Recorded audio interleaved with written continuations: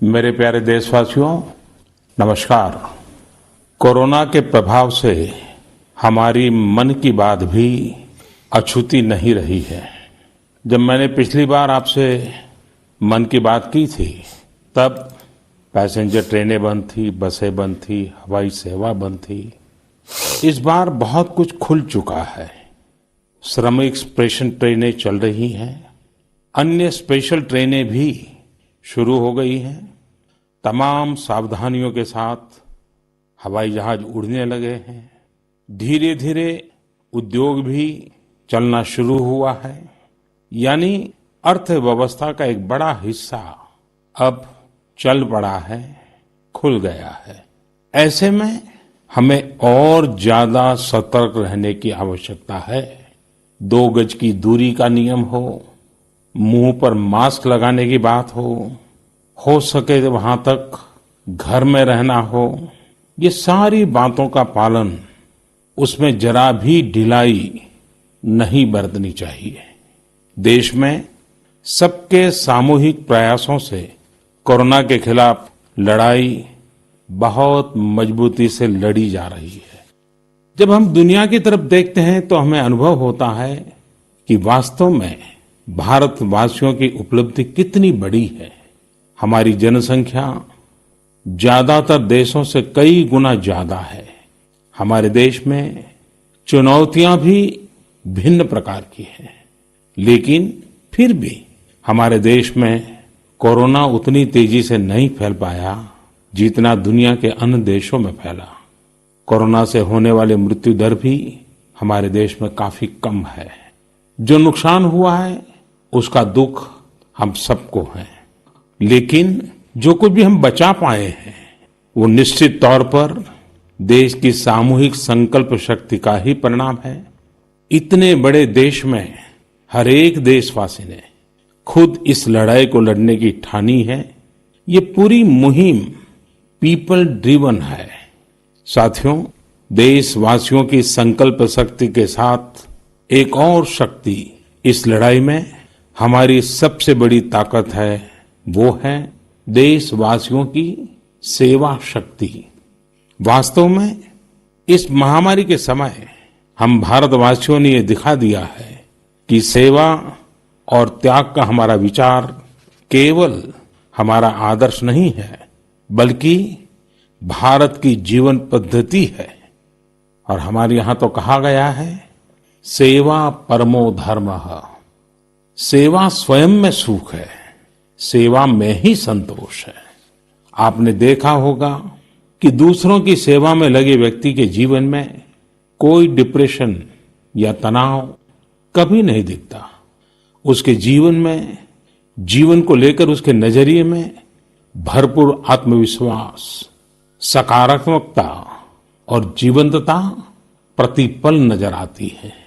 साथियों, हमारे doctors, nursing staff, सफाई कर्मी, पुलिसकर्मी, मीडिया के साथी, ये सब जो सेवा कर रहे हैं, उसकी चर्चा मैंने कई बार की है। मन की बात में भी मैंने उसका जिक्र किया है। सेवा में अपना सब कुछ समर्पित कर देने वाले लोगों की संख्या अनगिनत है। ऐसे ही एक सज्जन है तमिलनाडु के सी मोहन जी मदुरई में एक सैलून चलाते हैं। अपनी मेहनत की कमाई से इन्होंने अपनी बेटी की पढ़ाई के लिए 5 लाख रुपए बचाए थे, लेकिन इन्होंने ये पूरी राशि इस समय जरूरतमंदों, गरीबों की सेवा के लिए खर्च कर दी। इसी तरह अगरतला में ठेला चलाकर जीवन यापन करने वाले गौतम दास जी अपनी रोजमर्रा की कमाई की बचत में से हर रोज दाल चावल खरीदकर जरूरतमंदों को खाना खिला रहे हैं। पंजाब के पठानकोट से भी एक ऐसा ही उदाहरण मुझे पता चला। यहाँ दिव्यांग भाई राजू ने दूसरों की मदद से जोड़ी गई छोटी सी पूंजी से 3000 से अधिक मास्क बनवाकर लोगों में बांटे। भाई राजू ने इस मुश्किल समय में करीब 100 परिवारों के लिए खाने का राशन भी जुटाया।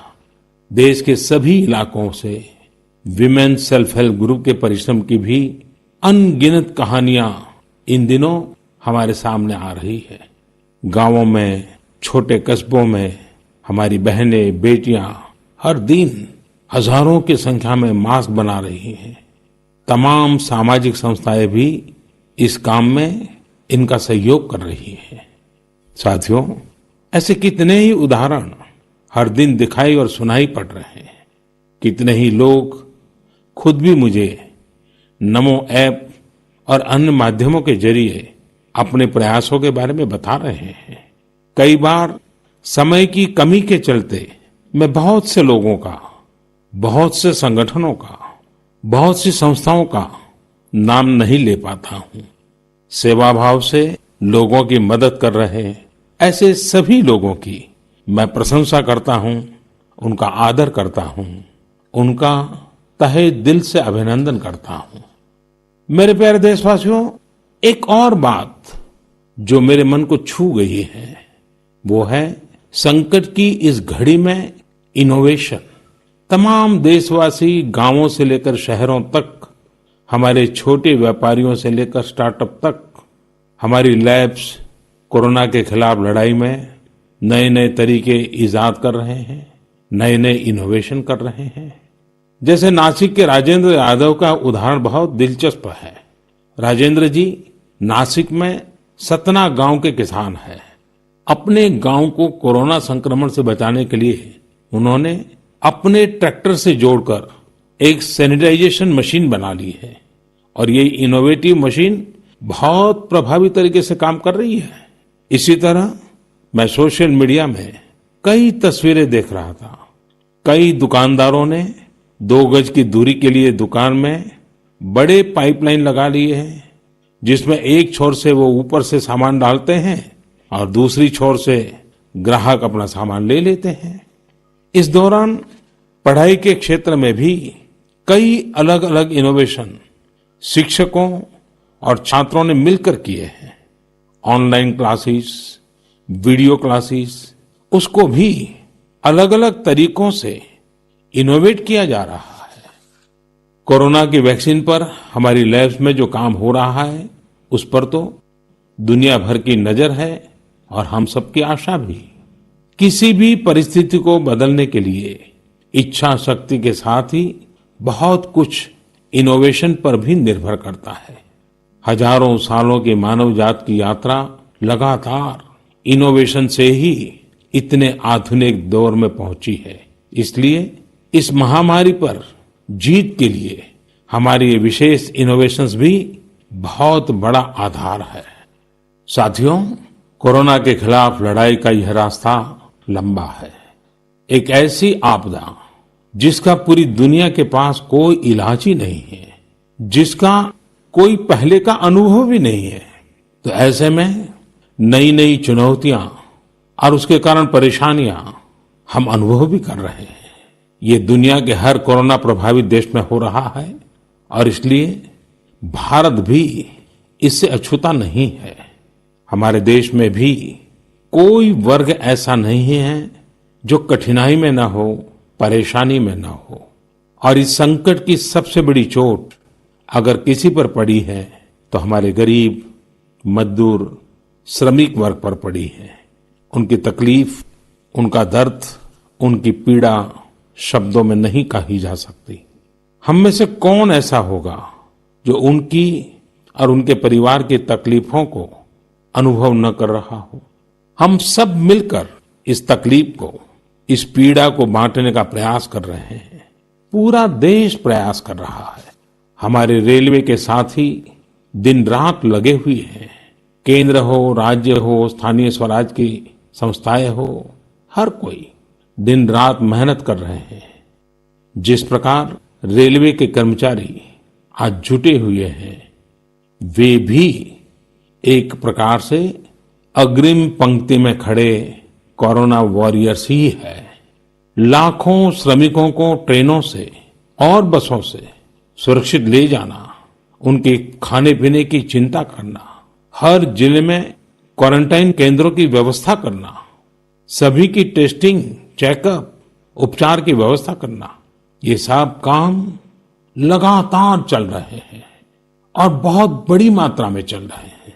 लेकिन साथियों, जो दृश्य आज हम देख रहे हैं, इससे देश को अतीत में जो कुछ हुआ उसके अवलोकन और भविष्य के लिए सीखने का अवसर भी मिला है। आज हमारे श्रमिकों की पीड़ा में हम देश के पूर्वी हिस्से की पीड़ा को देख सकते हैं। जिस पूर्वी हिस्से में देश का ग्रोथ इंजन बनने की क्षमता है, जिसके श्रमिकों के बाहुबल में देश को नई ऊंचाई पर ले जाने का सामर्थ्य है, उस पूर्वी हिस्से का विकास बहुत आवश्यक है। पूर्वी भारत के विकास से ही देश का संतुलित आर्थिक विकास संभव है। देश ने जब मुझे सेवा का अवसर दिया, तभी से हमने पूर्वी भारत के विकास को प्राथमिकता दी है। मुझे संतोष है कि बीते वर्षों में इस दिशा में बहुत कुछ हुआ है और अब प्रवासी मजदूरों को देखते हुए बहुत कुछ नए कदम उठाना भी आवश्यक हो गया है और हम लगातार उस दिशा में आगे बढ़ रहे हैं। जैसे कहीं श्रमिकों की स्किल मैपिंग का काम हो रहा है, कहीं स्टार्टअप्स इस काम में जुटे हैं, कहीं माइग्रेशन कमीशन बनाने की बात हो रही है। इसके अलावा केंद्र सरकार ने अभी जो फैसले लिए हैं, उससे भी गांवों में रोजगार, स्वरोजगार, लघु उद्योगों से जुड़ी विशाल संभावनाएं खुली हैं। ये फैसले इन स्थितियों के समाधान के लिए हैं, आत्मनिर्भर भारत के लिए हैं। अगर हमारे गांव आत्मनिर्भर होते, हमारे कस्बे, हमारे जिले, हमारे राज्य आत्मनिर्भर होते, तो अनेक समस्याओं ने वो रूप नहीं लिया होता जिस रूप में वो आज हमारे सामने खड़ी है। लेकिन अंधेरे से रोशनी की ओर बढ़ना मानव स्वभाव है।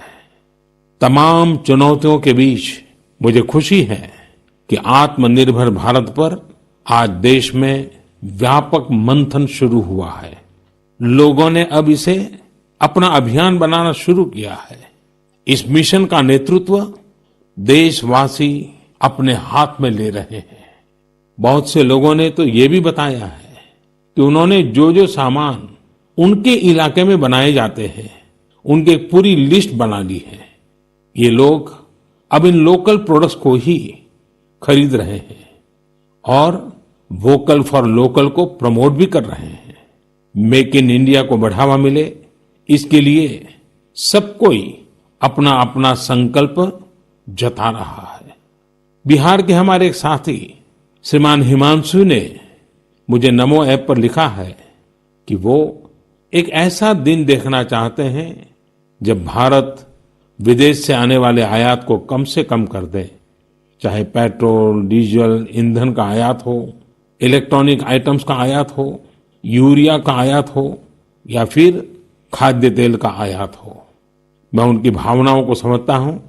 हमारे देश में कितनी ही ऐसी चीजें बाहर से आती हैं जिन पर हमारे ईमानदार टैक्स पेयर्स का पैसा खर्च होता है, जिनका विकल्प हम आसानी से भारत में तैयार कर सकते हैं। असम के सुदीप ने मुझे लिखा है कि वो महिलाओं के बनाए हुए लोकल बैम्बू प्रोडक्ट्स का व्यापार करते हैं और उन्होंने तय किया है कि आने वाले 2 वर्ष में वे अपने बैम्बू प्रोडक्ट को एक ग्लोबल ब्रांड बनाएंगे। मुझे पूरा भरोसा है आत्मनिर्भर भारत अभियान इस दशक में देश को नई ऊंचाई पर ले जाएगा। मेरे प्यारे देशवासियों, कोरोना संकट के इस दौर में मेरी विश्व के अनेक नेताओं से बातचीत हुई है, लेकिन मैं एक सीक्रेट जरूर आज बताना चाहूंगा। विश्व के अनेक नेताओं की जब बातचीत होती है तो मैंने देखा इन दिनों उनकी बहुत ज्यादा दिलचस्पी योग और आयुर्वेद के संबंध में होती है। कुछ नेताओं ने मुझसे पूछा कि कोरोना के इस काल में ये योग और आयुर्वेद कैसे मदद कर सकते हैं। साथियों, अंतर्राष्ट्रीय योग दिवस जल्द ही आने वाला है। योग जैसे जैसे लोगों के जीवन से जुड़ रहा है, लोगों में अपने स्वास्थ्य को लेकर जागरूकता भी लगातार बढ़ रही है। अभी कोरोना संकट के दौरान भी ये देखा जा रहा है कि हॉलीवुड से हरिद्वार तक घर में रहते हुए लोग योग पर बहुत गंभीरता से ध्यान दे रहे हैं।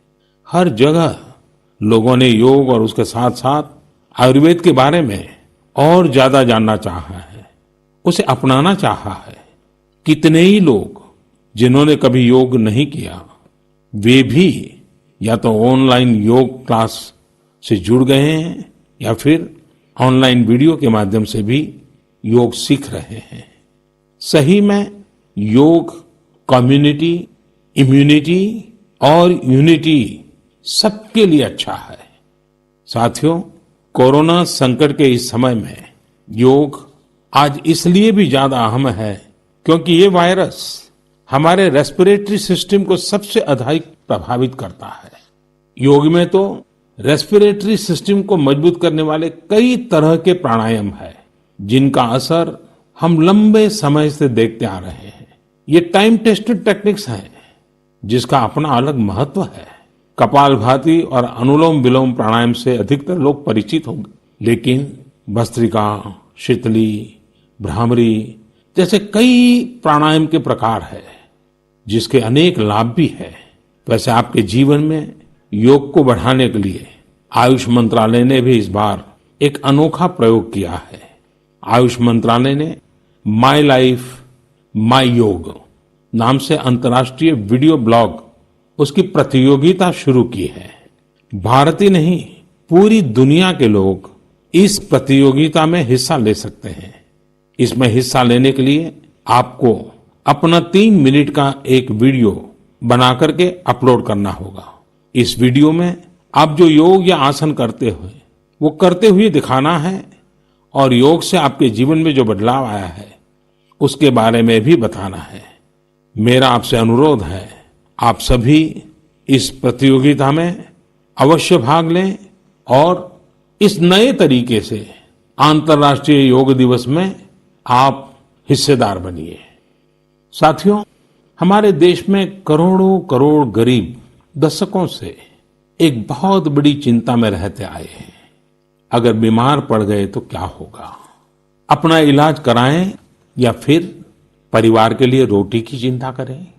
इस तकलीफ को समझते हुए इस चिंता को दूर करने के लिए ही करीब 1.5 साल पहले आयुष्मान भारत योजना शुरू की गई थी।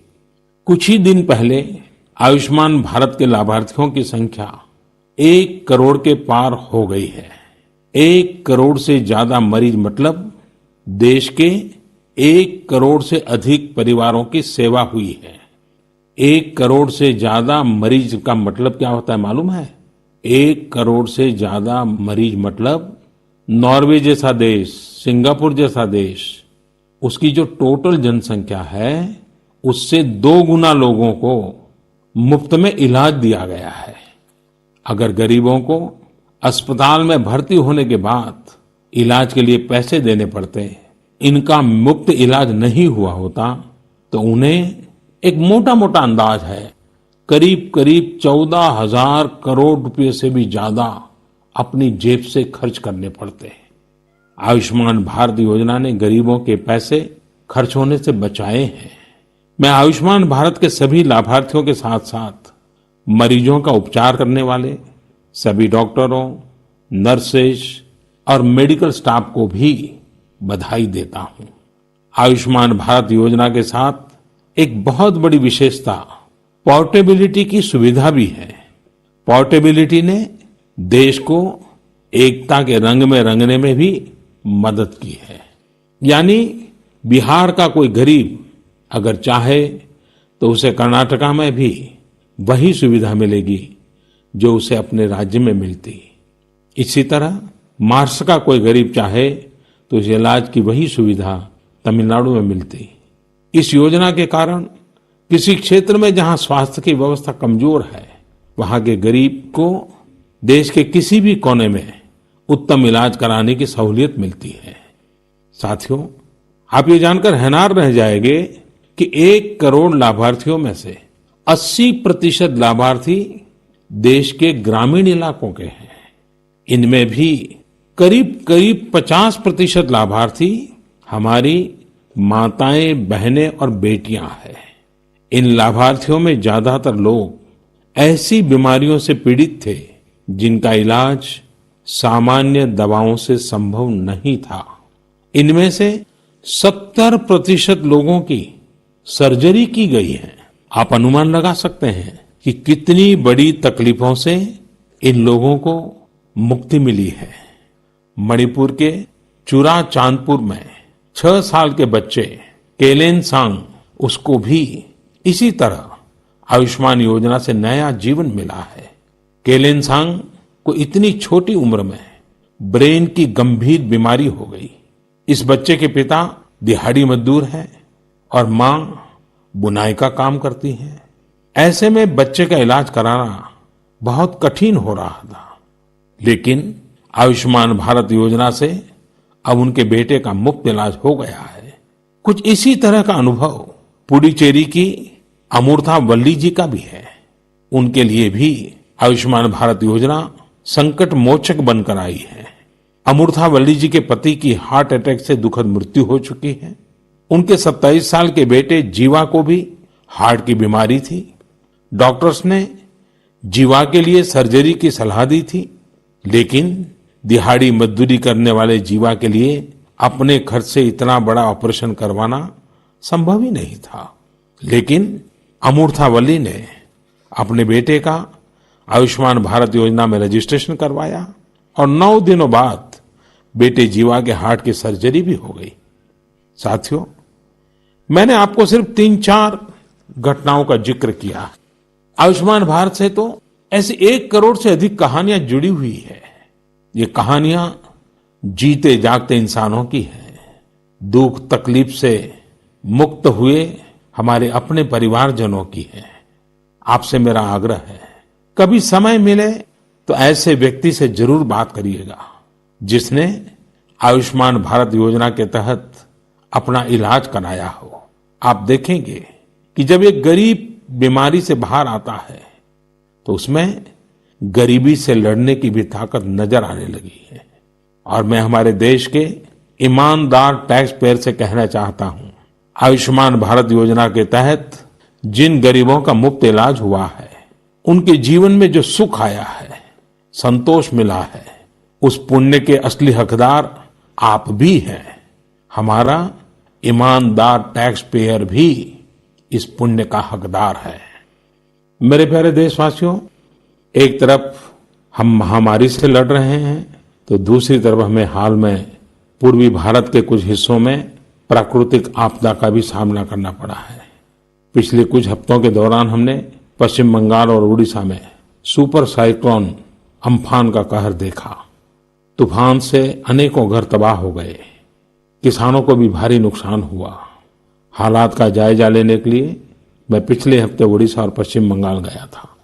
पश्चिम बंगाल और उड़ीसा के लोगों ने जिस हिम्मत और बहादुरी के साथ हालात का सामना किया है, प्रशंसनीय है। संकट की इस घड़ी में देश भी हर तरह से वहां के लोगों के साथ खड़ा है। साथियों, एक तरफ जहां पूर्वी भारत तूफान से आई आपदा का सामना कर रहा है, वहीं दूसरी तरफ देश के कई हिस्से टिड्डियों या लोकस्ट के हमले से प्रभावित हुए हैं। इन हमलों ने फिर हमें याद दिलाया है कि ये छोटा सा जीव कितना नुकसान करता है। टिड्डी दल का हमला कई दिनों तक चलता है, बहुत बड़े क्षेत्र पर इसका प्रभाव पड़ता है। भारत सरकार हो, राज्य सरकार हो, कृषि विभाग हो, प्रशासन भी इस संकट के नुकसान से बचने के लिए, किसानों की मदद करने के लिए आधुनिक संसाधनों का भी उपयोग कर रहा है। नए नए आविष्कार की तरफ भी ध्यान दे रहा है। और मुझे विश्वास है कि हम सब मिलकर के हमारे कृषि क्षेत्र पर ये जो संकट आया है, उससे भी लोहा लेंगे, बहुत कुछ बचा लेंगे। मेरे प्यारे देशवासियों, कुछ दिन बाद ही 5 जून को पूरी दुनिया विश्व पर्यावरण दिवस मनाएगी। विश्व पर्यावरण दिवस पर इस साल की थीम है बायोडायवर्सिटी, यानी जैव विविधता। वर्तमान परिस्थितियों में यह थीम विशेष रूप से महत्वपूर्ण है। लॉकडाउन के दौरान पिछले कुछ हफ्तों में जीवन की रफ्तार थोड़ी धीमी जरूर हुई है, लेकिन इससे हमें अपने आसपास प्रकृति की समृद्ध विविधता को, जैव विविधता को करीब से देखने का अवसर भी मिला है। आज कितने ही ऐसे पक्षी जो प्रदूषण और शोर शराबे में ओझल हो गए थे, सालों बाद उनकी आवाज को लोग अपने घरों में सुन रहे हैं। अनेक जगहों से जानवरों के उन्मुक्त विचरण की खबरें भी आ रही हैं। मेरी तरह आपने भी सोशल मीडिया में जरूर इन बातों को देखा होगा, पढ़ा होगा। बहुत लोग कह रहे हैं, लिख रहे हैं, तस्वीरें साझा कर रहे हैं कि वो अपने घर से दूर दूर पहाड़ियां देख पा रहे हैं, दूर दूर जलती हुई रोशनी देख रहे हैं। इन तस्वीरों को देखकर कई लोगों के मन में ये संकल्प उठा होगा, क्या हम उन दृश्यों को ऐसे ही बना रख सकते हैं? इन तस्वीरों ने लोगों को प्रकृति के लिए कुछ करने की प्रेरणा भी दी है। नदियां सदा स्वच्छ रहें, पशु पक्षियों को भी खुलकर जीने का हक मिले, आसमान भी साफ सुथरा हो, इसके लिए हम प्रकृति के साथ तालमेल बिठाकर जीवन जीने की प्रेरणा ले सकते हैं। मेरे प्यारे देशवासियों, हम बार बार सुनते हैं, जल है तो जीवन है, जल है तो कल है, लेकिन जल के साथ हमारी जिम्मेवारी भी है। वर्षा का पानी, बारिश का पानी, ये हमें बचाना है, एक एक बूंद को बचाना है। गांव गांव वर्षा के पानी को हम कैसे बचाएं? परंपरागत बहुत सरल उपाय हैं। उन सरल उपाय से भी हम पानी को रोक सकते हैं। 5 दिन 7 दिन भी अगर पानी रुका रहेगा तो धरती माँ के पास बुझाएगा, पानी फिर जमीन में जाएगा, वही जल जीवन की शक्ति बन जाएगा। और इसलिए इस वर्षा ऋतु में हम सबका प्रयास रहना चाहिए कि हम पानी को बचाएं, पानी को संरक्षण करें। मेरे प्यारे देशवासियों, स्वच्छ पर्यावरण सीधे हमारे जीवन, हमारे बच्चों के भविष्य का विषय है। इसलिए हमें व्यक्तिगत स्तर पर भी इसकी चिंता करनी होगी। मेरा आपसे अनुरोध है कि इस पर्यावरण दिवस पर कुछ पेड़ अवश्य लगाएं और प्रकृति की सेवा के लिए कुछ ऐसा संकल्प अवश्य लें जिससे प्रकृति के साथ आपका हर दिन का रिश्ता बना रहे। हाँ, गर्मी बढ़ रही है, इसलिए पक्षियों के लिए पानी का इंतजाम करना मत भूलिएगा।